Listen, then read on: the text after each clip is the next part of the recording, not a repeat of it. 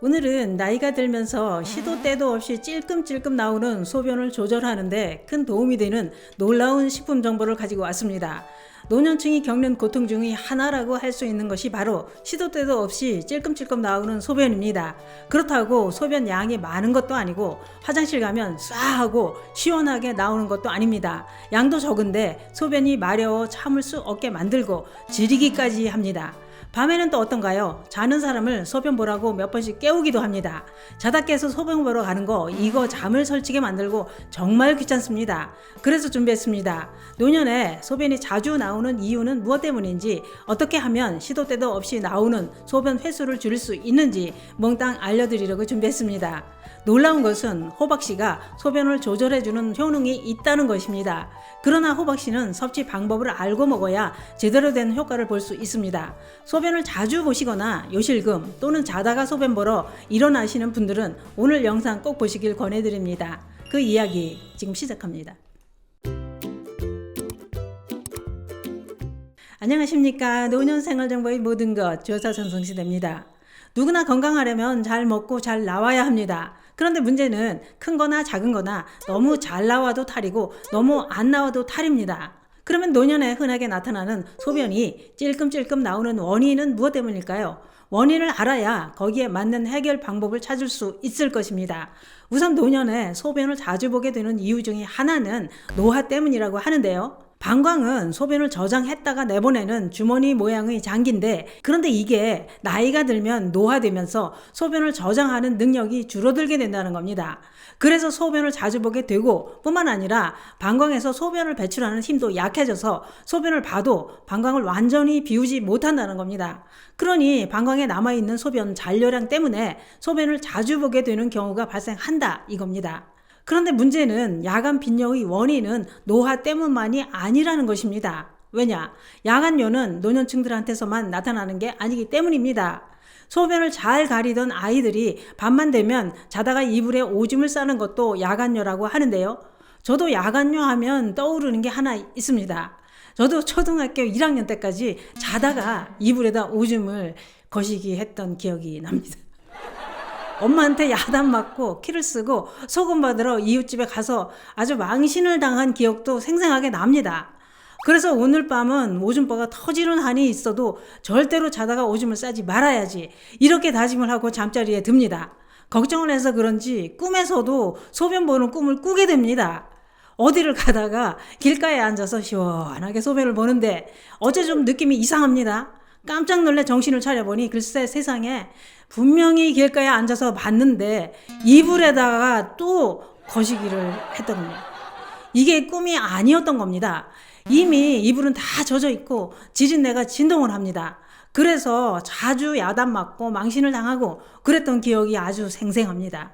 그런데 그러면 그럴수록 스트레스로 인해 오줌을 더 쌌던 기억이 납니다. 그런데 나는 싸고 싶어 쌌나요? 이불에 오줌 싸는 거 이것도 쉬운 게 아닙니다. 이게 건강에 문제가 있다는 신호인데 옛날에는 그런 생각은 할 수도 없었던 거죠. 아이들 야뇨증의 원인은 소변을 가릴 나이인 5살 이상에서 나타나는 원인은 중추신경계 미숙, 방광의 부분적 기능장애, 심리적 스트레스, 또 한 가지는 자는 도중 숨을 쉬지 못하는 수면 무호흡증이 원인인 경우도 있다는 겁니다. 그러면 성인은 어떨까요? 미국 수면무호흡협회 연구 결과에 의하면 수면무호흡증 환자의 80% 이상이 야간 배뇨가 자주 발생한다고 밝혔습니다. 그 이유는 자다가 컥컥 하면서 호흡이 멈추는 수면무호흡증으로 인해 산소가 감소되면서 심장 과부하로 이어질 수 있는데, 이때 몸속의 나트륨과 물을 제거하도록 지시하는 단백질을 분비시켜서 야간 빈뇨를 유발하게 만든다는 겁니다. 그 밖에도 당뇨, 신경장애, 복용하는 약물, 요로 감염, 비만, 과민성 방광으로 인한 절박뇨, 이런 원인으로 자다가 몇 번씩 소변을 보게 된다고 했는데요. 특히 과민성 방광의 원인은 방광의 신경 기능이 예민해져서 소변이 조금만 차도 갑자기 소변이 마려우면서 이리 뛰고 저리 뛰고 심하면 참지 못하고 화장실에 도착하기도 전에 찔끔찔끔 지르게 됩니다. 과민성 방광은 전립선 비대처럼 빈뇨, 야뇨, 요실금 이런 증상이 동반된다고 합니다. 그런데 놀라운 것은 이런 과민성 방광에 호박씨가 큰 도움이 된다는 겁니다. 호박씨만 제대로 섭취해도 방광 근육을 강화시키고 방광이 지나치게 수축하는 것을 막아서 야간뇨, 요실금의 고통에서 해방될 수 있다 이겁니다. 그러나 치료약이 아닌 식품의 효능은 개인 상황에 따라 그 효과는 다를 수 있다는 것도 참고해 주시기 바랍니다. 그러면 호박씨의 어떤 성분이 과민성 방광으로 시도 때도 없이 나오는 소변을 조절할 수 있는 것일까요? 호박씨에는 철분, 마그네슘 이런 성분이 아주 풍부하게 들어있다고 하는데요. 이런 성분들이 과민성 방광과 전립선 비대증을 완화시키는데 큰 도움이 되는 성분이라는 겁니다.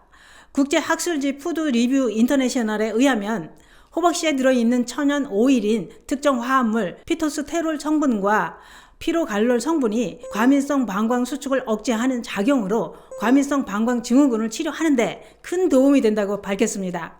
뿐만 아니라 호박씨는 과민성 방광과 관련된 전립선 비대증을 앓는 남성들한테도 큰 도움이 될 수 있다고 했는데요. 호박씨의 효능은 이게 다가 아닙니다.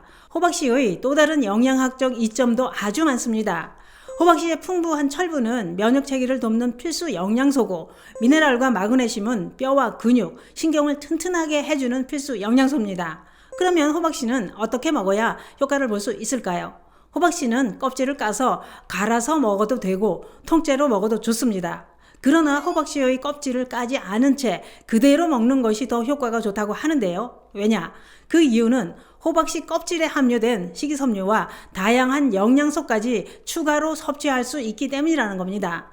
우리는 흔히 뒤에 가서 딴소리하고 다니는 사람을 뒷구멍으로 호박씨 깐다 또는 똥구멍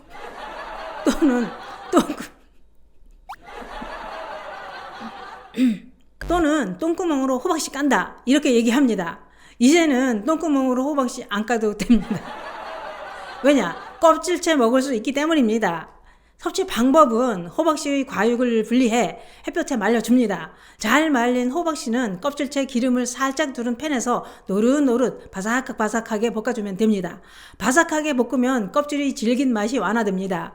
물론 호박씨 기름을 섭취해도 좋고 깐 호박씨를 생으로 드시거나 살짝 볶아서 드셔도 좋고 가루를 드셔도 좋습니다. 그러면 호박씨는 하루 얼마나 먹는 게 좋을까요?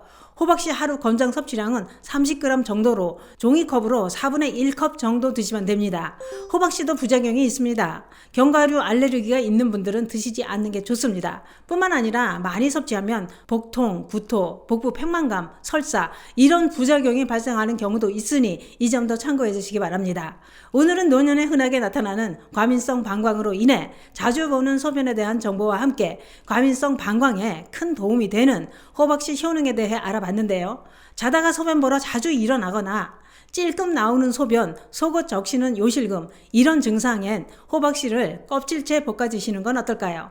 참을 수 없는 소변 조절엔 호박씨가 최고입니다. 감사합니다.